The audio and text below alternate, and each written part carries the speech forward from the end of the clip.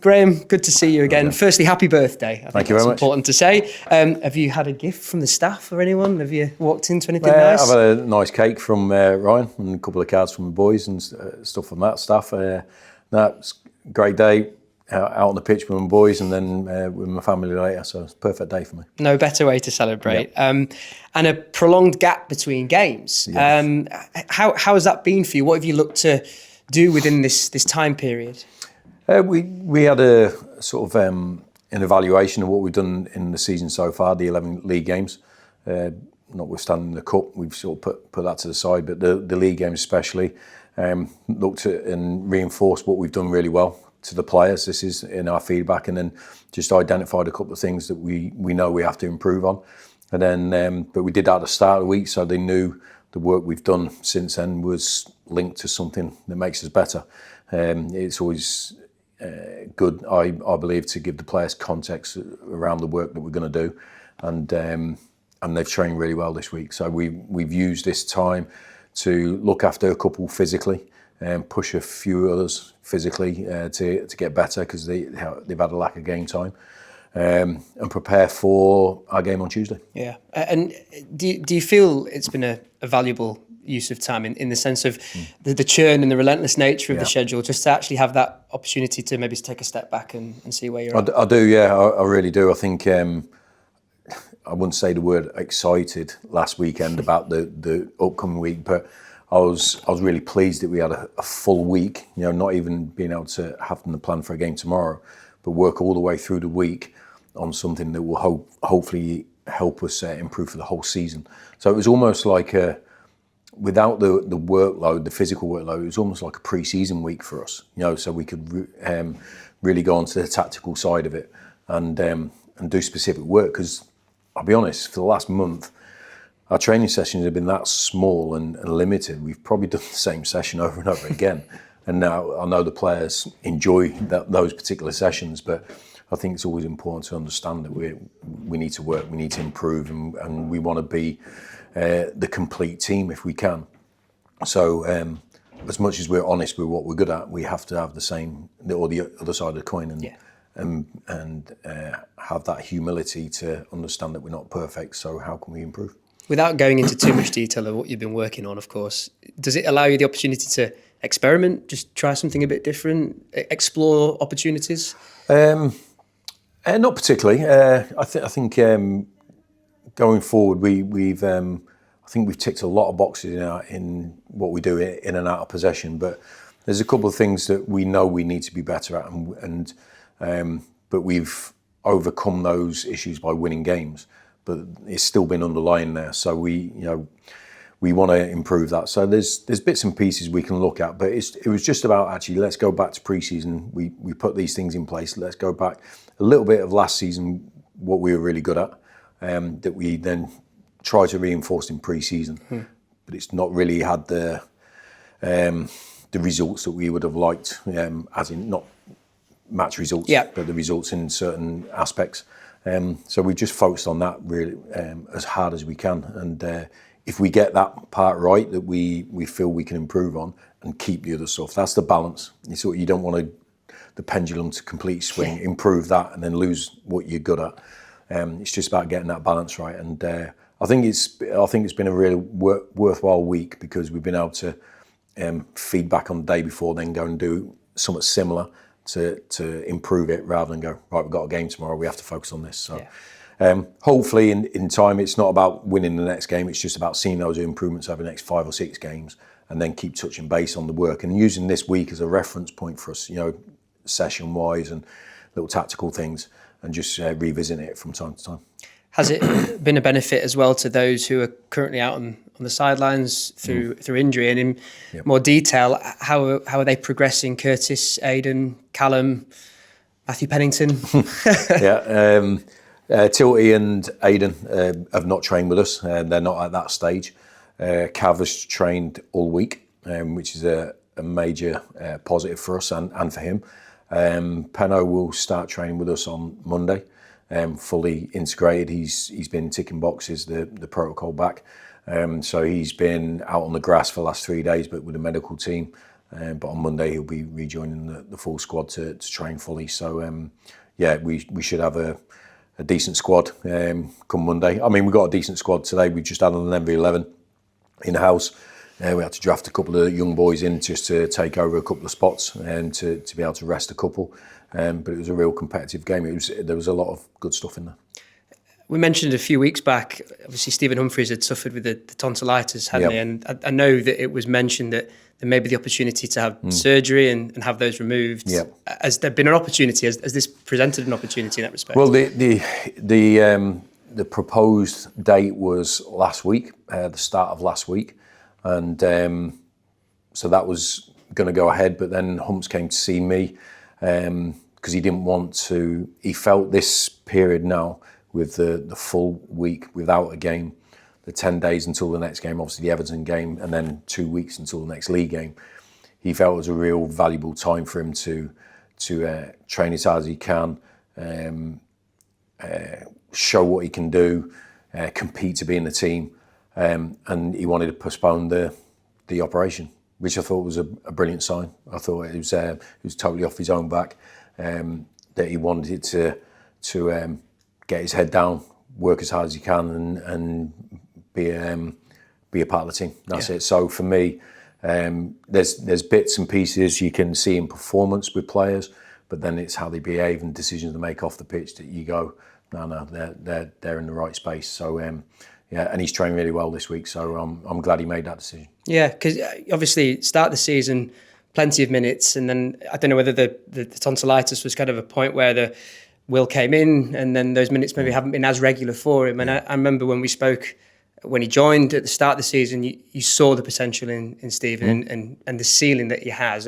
I wonder, how do you get that from him consistently? How do you go about getting the most out of Stephen Humphries on a consistent basis? It's just through the work, really, and the belief in him. From us to him, his teammates. But then it has to come back from him as well. We're not going to hold his hand for everything. So he's a grown man, but it's our job to lead him and to support him. But he's been a victim of circumstance because he did start the season really well. But I think you said it there in the question. I spoke about the potential of him. I didn't say he was the complete finished article. The potential and fitting into our way of being, not just our way of playing, but how we train, all those sort of things. And then he did have his illness, and because of Swanee was getting a lot of his goals coming off the bench, but then he was starting, continued to do well. And then Andy Cook came back as well, and that's how football can be sometimes. And then all of a sudden, someone else has took the opportunity. And I've spoke about this all the time since I've been here, that's the sort of squad we want to create, where there's not the strongest 11 and everyone's just a supporting role. Yeah.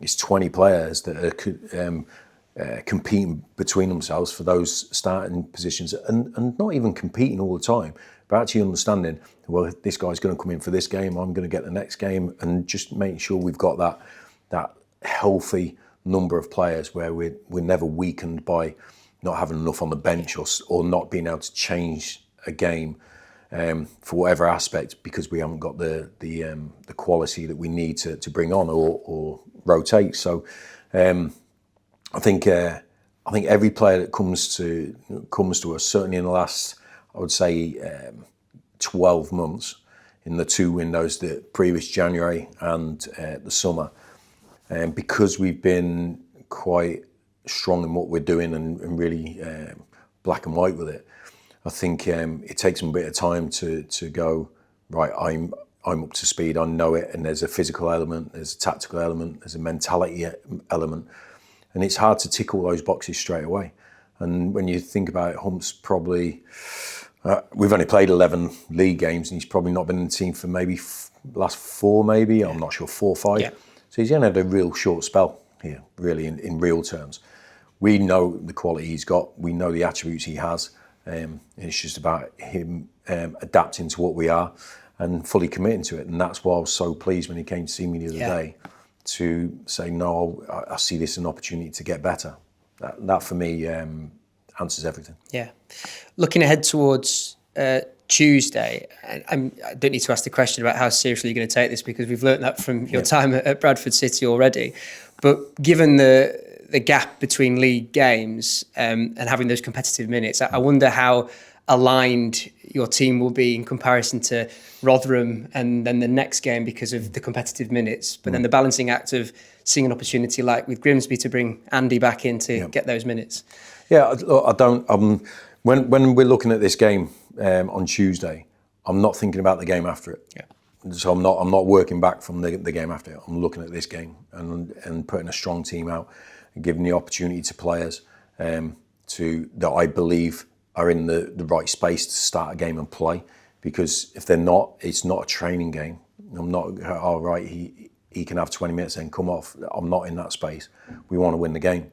And it's not necessarily, this tournament. It's just every time we put on a shirt, we're serious. Yeah, that's it. We're competitive. We want to win.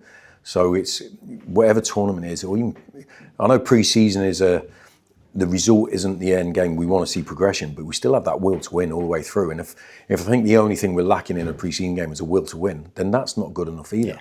You know what I mean? I'm not going to jump them down because there's no points, but we still have to have a will to win. It should be just natural in every time you put on a pair of boots. And if you saw our games, our small-sided games, our competitions, our 11v11s, it's a full-on game. But I believe it breeds that habit in players where whatever's happening in the game, they're still there with the will to win all the way through. So for me, every game is an opportunity for us to play well, to appreciate the support we get day in, day out, game in, game out from our fans. So I'm not thinking about the Barnsley game, looking at this game. I'm putting a team out and we're going to train and we've focused on it to go out and compete properly. That's it. It's no guarantee, but I feel you feel better leading into it, you feel better during it, and you feel better after it if that's the way you've approached it. So we won't change anything. So there's going to be opportunities for players, but it's players that have played league games. It's It's not like we've got a league team and a cup team. Yeah, they play the games. That's how it is.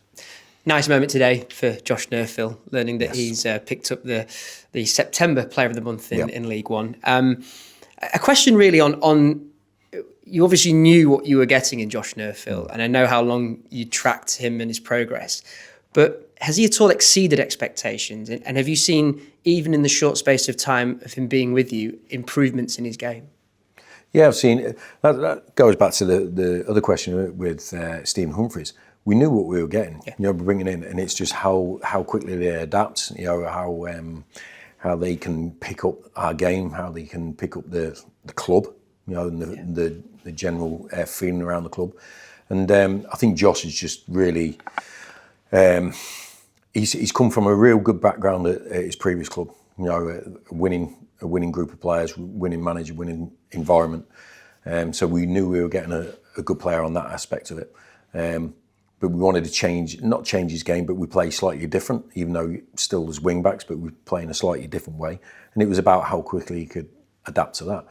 And I think his persona and his attitude and his inquisitive nature has allowed him just to go, bang, this is it. So even though he had a real short summer, long season last season, short summer, and we spoke about protecting him and looking after him a little bit physically on training sessions and potential games. He doesn't want to miss anything because he just thinks it's an opportunity to get better and stay in the team and just, he loves his football.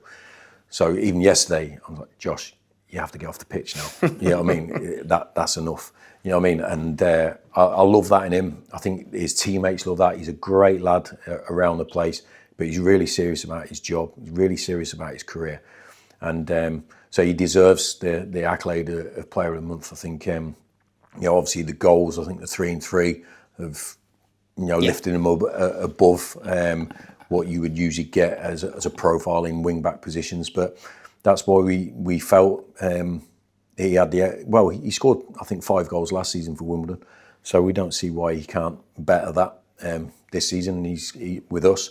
And he's done exceptionally well. There's still bits for him to improve, and I've spoke to him this week about it. So those elements we're talking about, us trying to improve this week, he's definitely one of those players that can improve on that side of it. we're delighted that he's, as we are with all the players that have come in, I think they've all added their own part to what we've done so far. And when you recruit players with like a coaching hat on now, do you obviously know the quality that they're going to bring to you, hence why you'd like them, but are you also sensing the improvements that you feel you can make to their game? You know, you can see within his game, okay, I reckon I can try and get that into his game and improve him later down the line. Yeah, 100%. Yeah, I think with Josh, obviously I did the commentary for the semi-final down there. So I'm looking at him and I'm all envisaging him in my team, you know, doing this. Yeah, he needs to do this a little bit better, but he'll give us that. You know, so I'm already playing the game, you know, you know, and we hadn't even signed him at that moment. So, and we didn't know if we were gonna. So you do that with all players when you're watching them, because you have to have an idea of how your team works. And because there's lots of other good players out there that we get recommended or we see, and I work it in my mind and look at it doesn't fit in. You know, we're just shoehorning somebody into a position, and so with Josh we definitely did that, and he fitted the profile that we have for certain positions anyway. But certainly when I saw him playing live, I knew he'd played against us anyway, so I watched those games because it's good to watch those games when they play against you because you know the player he's up against. So it's a real easy evaluation of their talent. But then I watched him live. I definitely played that game in my head while I was watching it. Yes. So I had to be careful. I didn't put it through my commentary as well. You know. So but he's been a real positive, as have others, and I think. But there's still a lot of growth in him. I think he's whatever career he has, it will be what he's deserved because he puts everything into it. Yeah. And finally, I should also ask, do you have any fresh concerns going into Tuesday?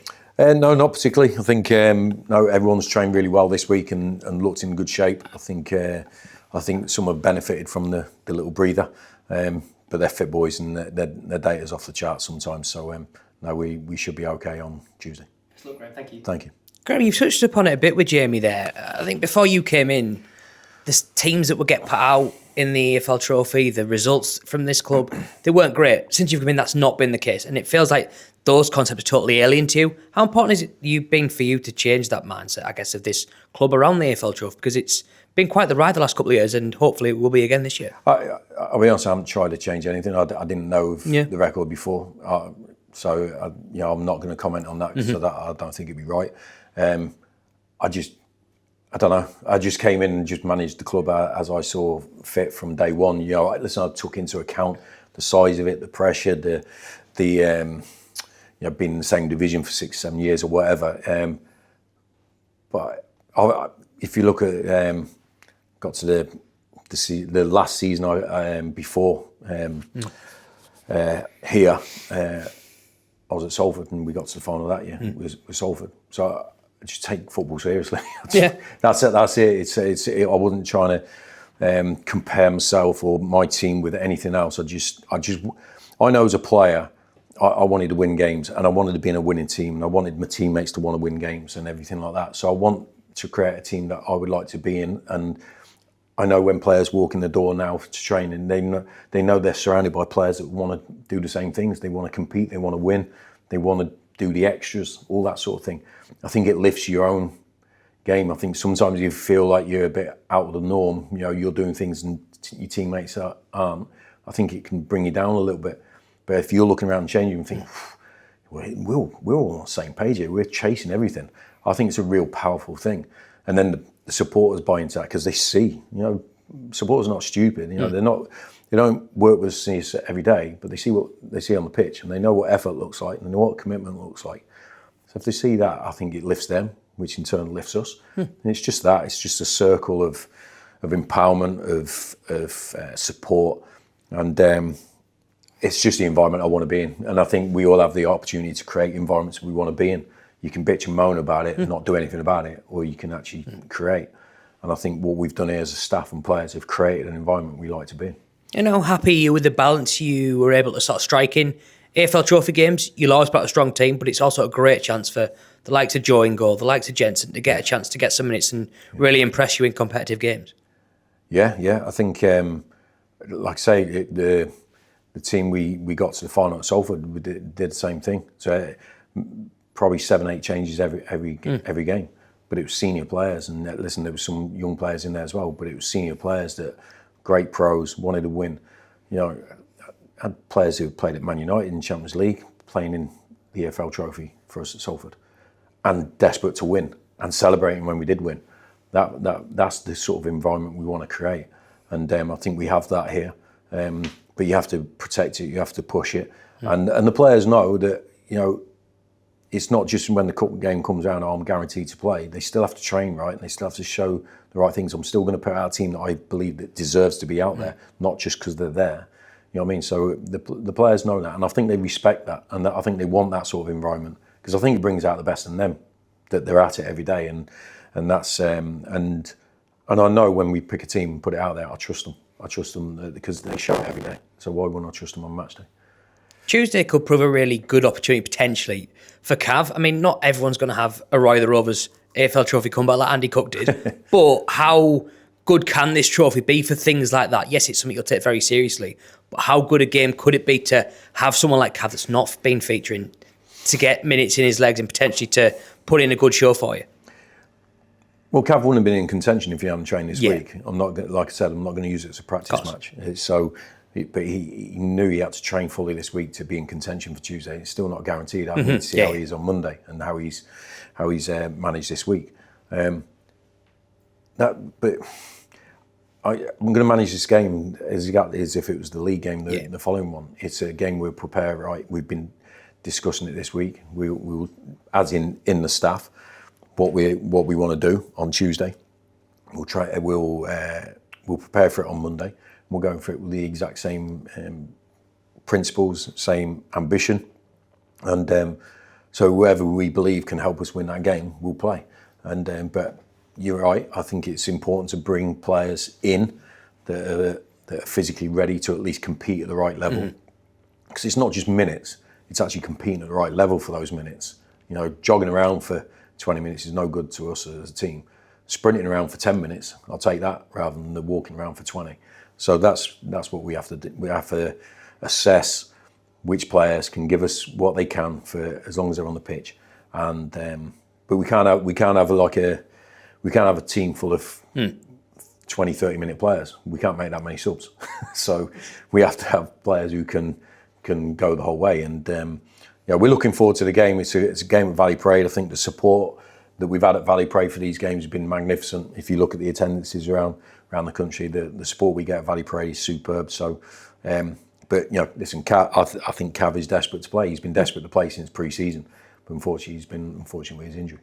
Obviously, you've managed quite a lot of games in the AFL Trophy, and these under-21 teams have come in over the last few years. What's that like? We talk a lot about players when they go from academies, boys football to men's football.